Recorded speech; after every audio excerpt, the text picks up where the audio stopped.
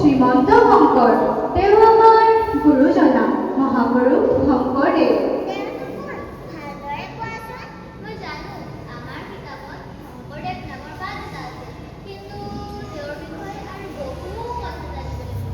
তেওঁৰ বিষয়ে কমতে মই শেষ কৰিব নোৱাৰি, কিন্তু তহঁতে আগ্ৰহ কৰিছ যেতিয়া মই বাৰু তেওঁৰে প্ৰতিভাৰ কথা তহঁতক কম ৰ।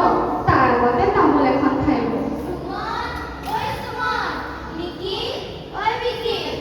আহিলে বুলি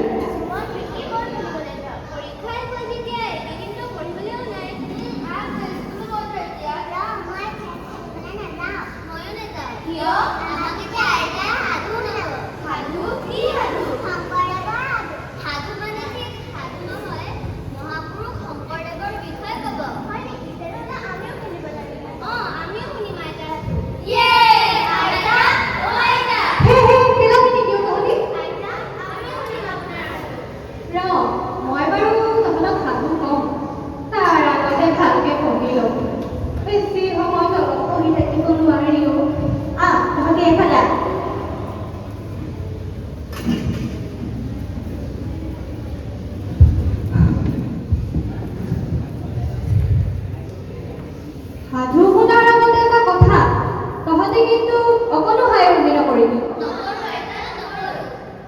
শুন বোপাহঁত, মহাপুৰুষ শংকৰদেৱ আছিল সত্য সন্ধ্যা আৰু কুসুম্বৰ ভূঞাৰ পুত্ৰ। তেওঁ সাধাৰণ বালক নাছিল, তেওঁ আছিল ঐশ্বৰিক গুণসম্পন্ন আৰু বহুমুখী প্ৰতিভাৰ গৰাকী।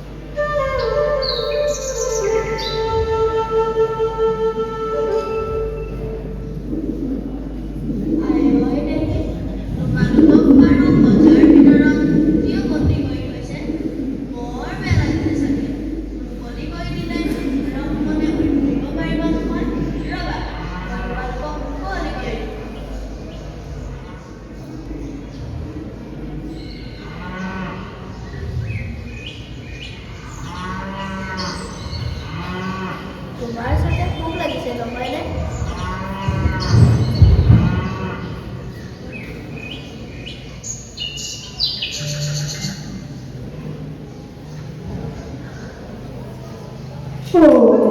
আলুযোৰ আকৌ কি হ'ল?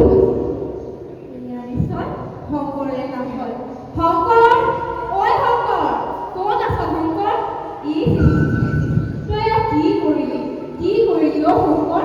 তোৰনো বাৰু এনে পঢ়া হ'ব লাগেনে? কোনা বিধিনো মোক মাৰি নিদিয়ে কিয়? কি সুখ খাবলৈনো মোক জীয়াই ৰাখিছে। কি হ'ল মানে? সৌৱা সজাও ন? আৰুতো দেখোন নাই। আই গোসাঁনী গাঁৱলৈ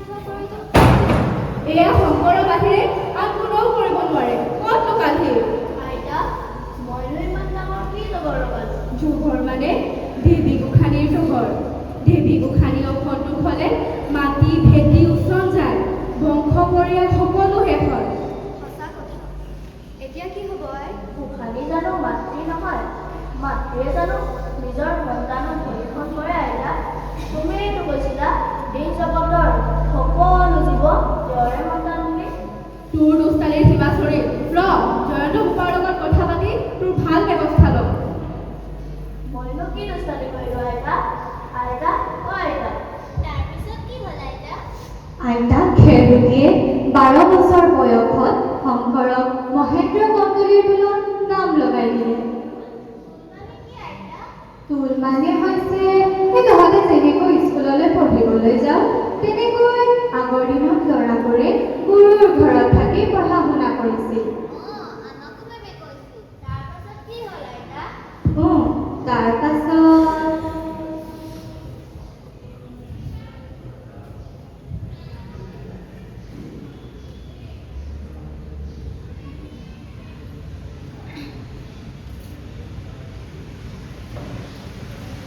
বোবা শংকৰ, মইতো নদীৰ টোলত নাম লগাইছিলোঁ বুলি ভাবিছিলোঁ। কিয় আইতা? কিয় মানে পঢ়া শুনা নকৰিলে জানো হ'ব? তোৰ এতিয়া বয়স 12 বছৰ হ'ল জাননে? মই কেনেকৈ জানিম আইতা? শুন বোপা, তই যদি পঢ়া শুনা নকৰ তেনেহ'লে অন্তত মোৰ মাটি সম্পত্তি পিছলৈ কোনে চোৱা চিতা কৰিব? স্কুলত ভালদৰে শিকাই বুলি শুনিছিলোঁ। মাটি বাৰী চাবলৈও শিকাই নেকি? তোৰ এই আচহুৱা কথাবোৰে মোৰ মূৰটো খালে। পাছত মানুহে মুখহে নুঠিব। কিয় নুঠিব? বুলিব মাক দেউতাক নোহোৱা ল'ৰাটো আইতাকে কোনো যত্নই নল'লে। কিনো কপালো মোৰ, মই এই ল'ৰাটোক কেনেকেনো বুজাওঁ? নিশ্চয় আইতা, মই তোমাৰ কথা শুনি পঢ়া শুনা কৰিম আইতা। সঁচানে শুন? সঁচা আইতা। ভাত হ'ল? ব'ল শুন, ভাত খাওঁগৈ।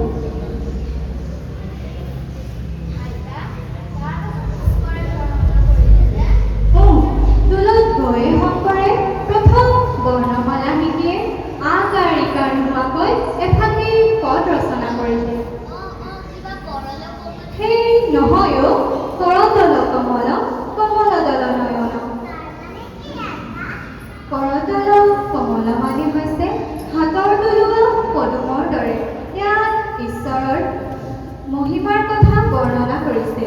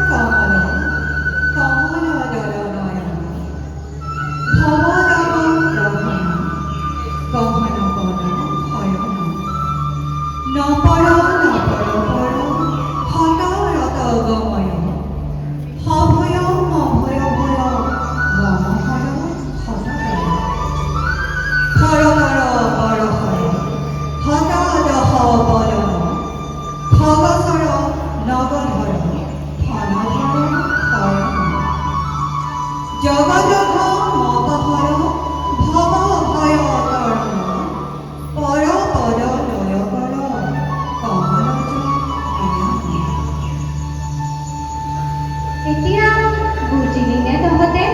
শংকৰ সৰুৰে পৰা অতি বুদ্ধিমান আৰু জ্ঞানী আছিল।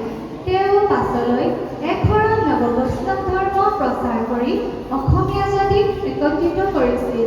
সত্ৰ, নামঘৰ এইবোৰ তেওঁৱে প্ৰতিষ্ঠা কৰিছিল।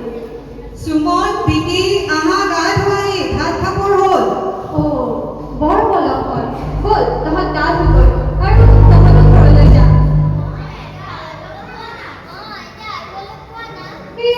আজি নহয় অইন এদিন কম। এতিয়া তহঁত ঘৰলৈ যা। যা যা যা যা।